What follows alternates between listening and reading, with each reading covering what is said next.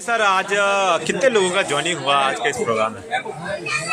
आज धर्मपुर 1 में गरगच में हम लोगों का 95 परिवार यहाँ पर ज्वाइन किया। तृणमूल और बीजेपी से कांग्रेस में शामिल हुआ, इसलिए उन सब का मुबारकबाद देते हैं उन लोगों को, और कांग्रेस को मजबूत करने में उन लोग आगे हम लोग के साथ रहेंगे ये उम्मीद करते हैं। सर आप लोग अपने भाषण में जो यहाँ के जो विधायक हैं रब्बानी साहब, उनके ऊपर आपने कई आरोप लगाए, जिस तरीके से उन्हें कहा कि वो समझदार नहीं है, समझते नहीं है, किस तरह की बातें हैं सर ये? मैंने ये कहा कि ये वो समझते कम है और बोलते ज़्यादा है, तो ये जो है एक तरह की बीमारी है कि समझने में कमी है और बोलने में ज़्यादा है, तो ये बैलेंस जो है गड़बड़ा जाता है, इसको बीमारी कहते हैं, एक तरह का डिजीज़ है, इसका इलाज का ज़रूरत है।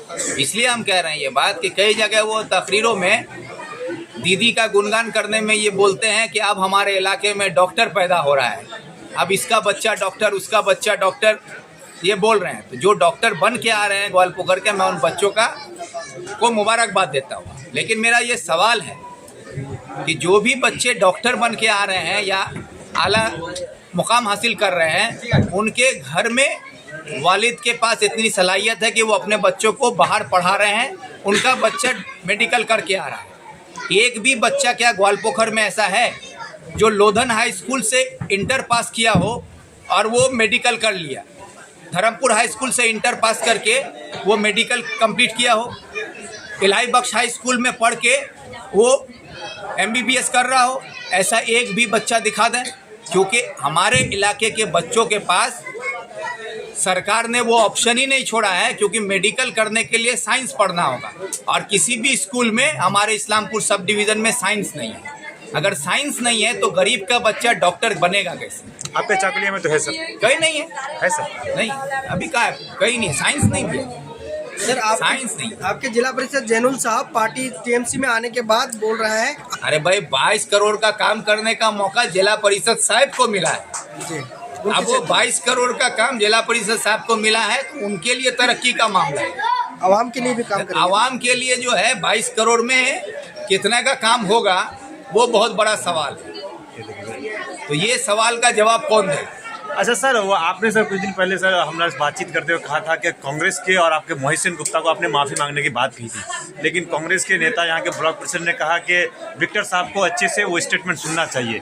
क्या मामला है सर फिर इस तरह का मामला? देखिए, जिनको अपनी समझदारी के तौर पर वो क्या बोले वो उनका मामला है। मैं अपने समझ से जो देखा और जो सुना हूँ उससे मुझे ये एहसास हुआ है कि ग्वालपोखर के लोगों को कहीं ना कहीं तकलीफ पहुंची है उस बयान से, इस्लामपुर महकुमा के तमाम लोगों को। इसलिए मैंने कहा कि एक डिस्ट्रिक्ट के लीडर के तौर पर ऐसी बयानबाजी नहीं होनी चाहिए, और मैं दोनों तरफ से जो बयानबाजी उसको भी समर्थन नहीं करता हूं, ये भी मैंने साफ किया। इसलिए मैंने कहा कि आवाम से माफ़ी मांगे। सर, ग्वालपोखर में आज भाई सभा कांग्रेस का है, कांग्रेस में लोग शामिल हो रहे हैं, अब इसमें ब्लॉक प्रेसिडेंट साहब को यहाँ पर रहना चाहिए, वो क्यों नहीं है, ये सवाल का जवाब वो देंगे।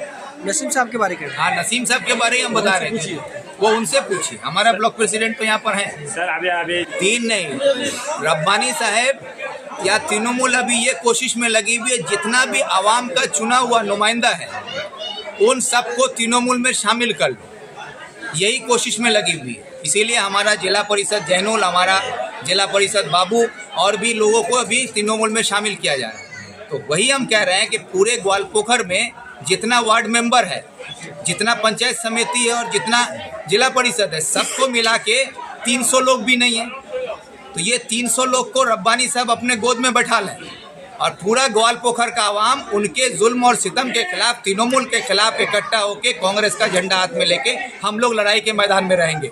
सर, 2 रोलिंग पावर के